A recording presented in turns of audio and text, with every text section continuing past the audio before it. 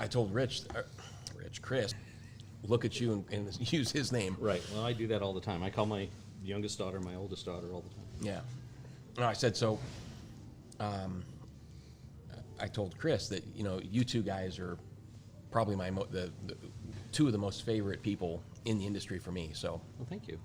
I really mean that. You've done a lot for us and helping us sell product here and giving us the product knowledges that have helped us, share information with customers. And it's by far the thing that's driven my enthusiasm for getting into this business is the beauty in these rugs. Right. Hence the fact that we've expanded the lines with you guys because you're providing, I think, probably the best product on the market. Thank you. We've given you the best visual locations in the store. Yes, you have.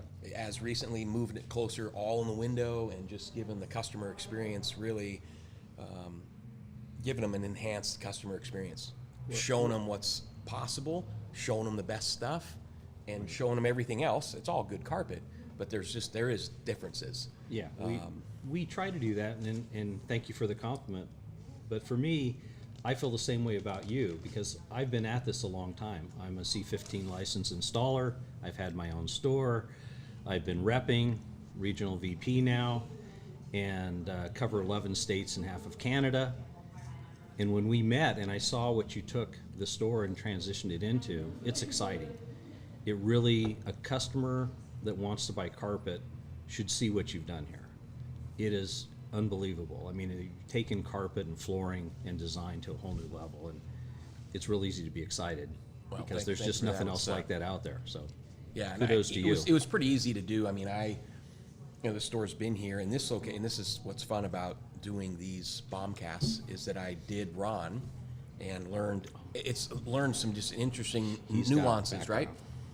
So we learned that this store has been here 46 years. Yeah. But the original Abbey store was over at El Cerrito Plaza. So actually, it's been in the El Cerrito area over 50 years, but this location is Abbey number 13. And so Ron's the connection, original group. It was huge for me. And so when I came in, all I wanted to do was just be a good, ambassador, if you will, of this store, the business. Didn't realize the foundation that you had. Yeah, really didn't. And that's what's really kind of fueled me here. And it was easy to bring it to it needed to be cleaned up, and we did that. And then just bring it into the 21st century, so to speak. Yeah. And then the expansion of the high quality products that you guys have, and then you guys helping us give it to the customer or provide it to the customer at a good value. And the whole market's changed. And the market, I'm not sure everyone realizes that yet completely, but COVID taught a lot of people. Things are online, rugs are big. The transition to the carpet market's been just dramatic over the last, say, 5 years especially. Yeah. I've been at it 16 years with Stanton, a whole lot more years before that.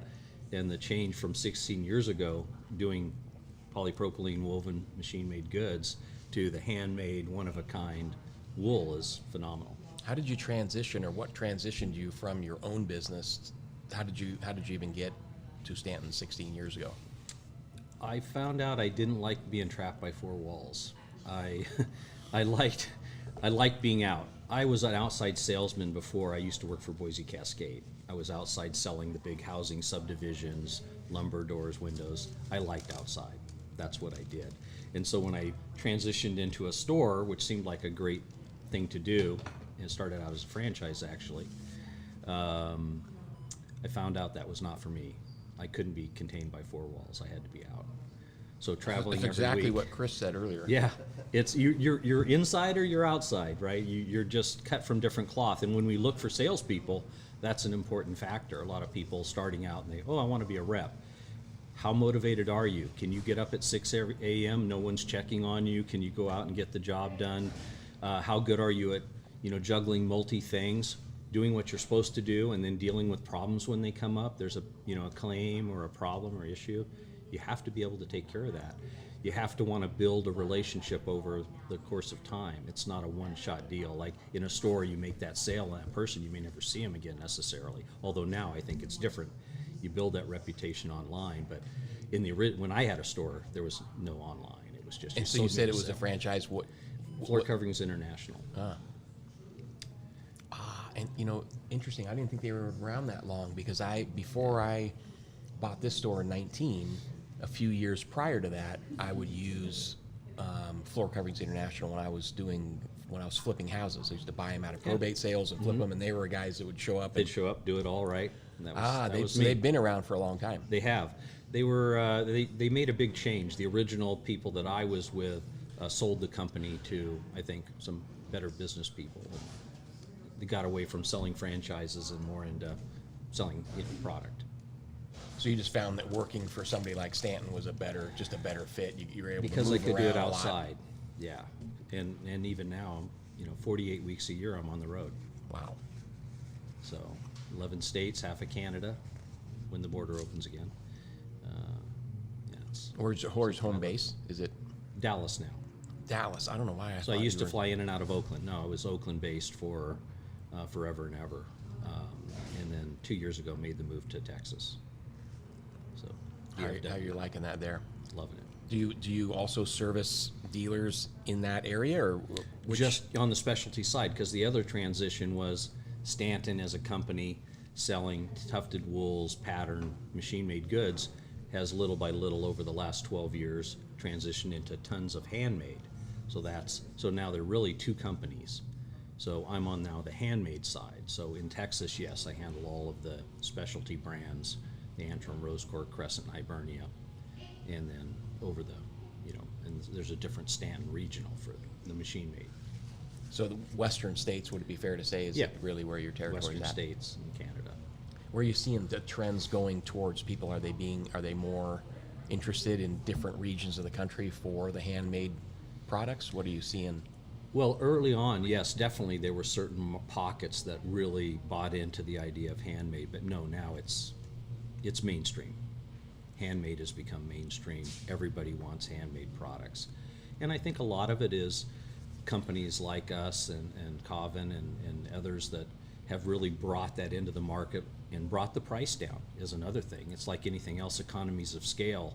When I started in handmade, typical product would be, wholesale, it's now half of what it used to be.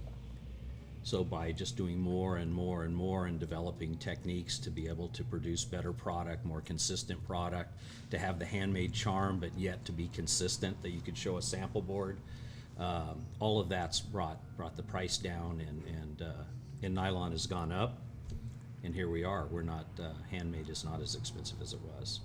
And with the handmade stuff, everybody almost everything, you can get it exactly like you want it too. You can just order it and say, I want a very specific size, shape, and you could get that. Exactly. Yeah. Exactly. And the other thing too is the hardwood.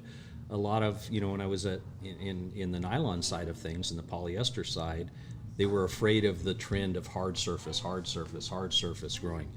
But that's actually helped the carpet market if you're in better goods. Because the bedrooms, the staircases, the hallways, the rugs, they don't want to put a 50-ounce, nylon in beige frisé. That was when it was the whole house. So it's actually been very good. It just depends upon what side of the market you were on, and Stanton was positioned perfectly for that transition into, a focus point in the house. And you want to step out of or roll out of bed, let's say, in the morning with bare feet onto a carpet, not necessarily the hard surface. A lot of people used to think hard surface everywhere and we'd get the rug, but now the trend has really changed to bedrooms carpet. Yeah. Yeah, exactly. And I think there's a better feel when you get out of bed onto a wool 100%. rug than a synthetic, right? Yeah.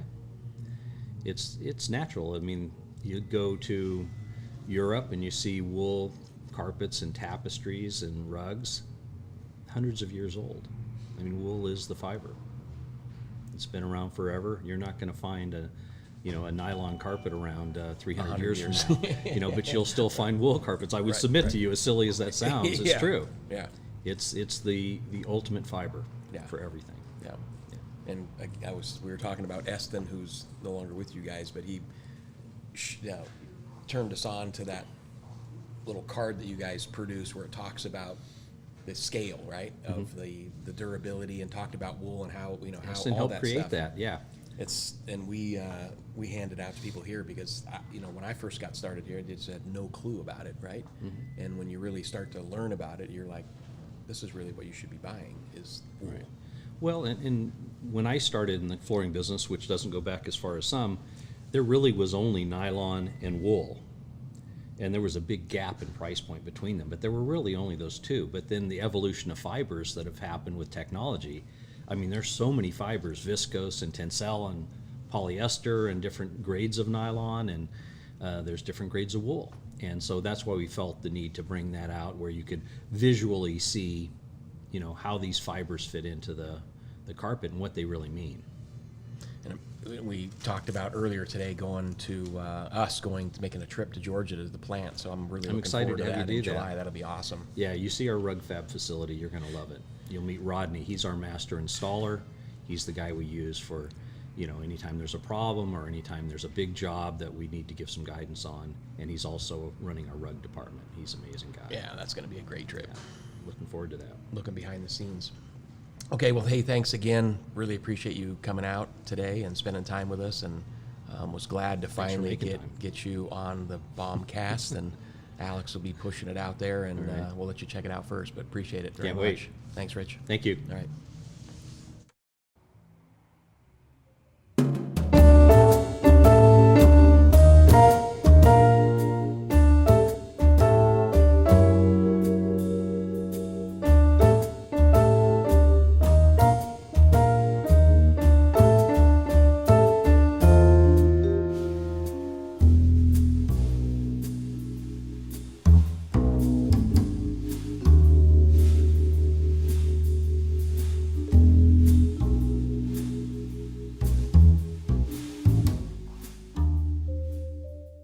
Disneyland?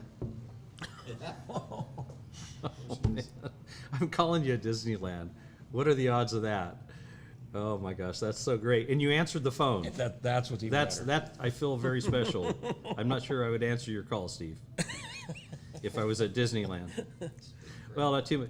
Well, I'm sitting here with Kevin Baum from Abbey El Cerrito, and he's really embraced our wool lines, and he loves the Hibernia brand. And I was telling him about you and how much I've learned from you since we've got acquainted, and just what a knowledgeable guy you are. And he likes to do some podcasts and some different things, and so I wanted to see if you'd be, if I could tempt you to do something with Kevin. I think you'd enjoy it, and he'd love to get some, you know, some knowledge from you. You're the guy I call. It's Northern California. They're, I forgot where you live, actually. I know you're in Southern California somewhere. Manhattan Beach. Okay. Well, I know they were going to go down there Monday, but I don't know, that might not be manageable. But I just thought, whether it's phone or Zoom or in person, I wanted to put you guys together, because what he's doing with the wools and promoting the better goods and in your brand, I thought you could add some insight to. Okay. Well, then, if it's okay, I'm going to...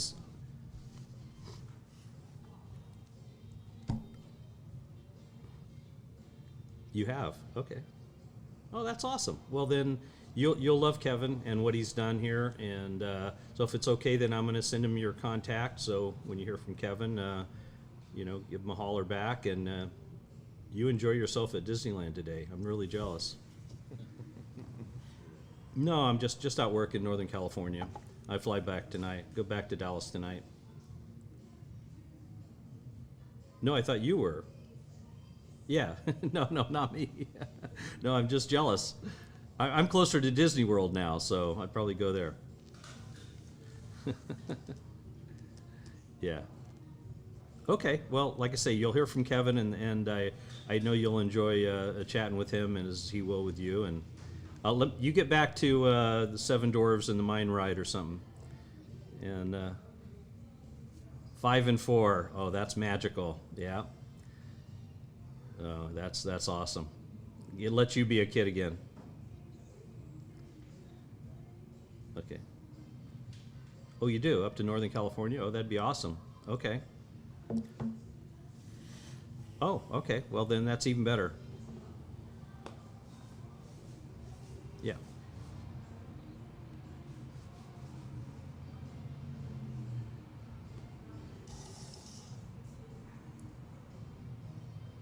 I really appreciate that. Okay, I really appreciate it.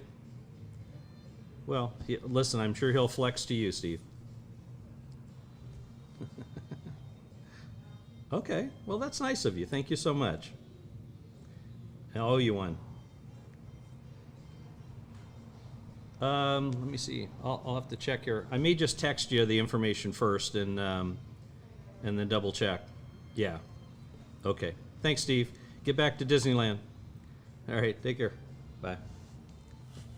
Comes up to Northern California. Awesome. So you could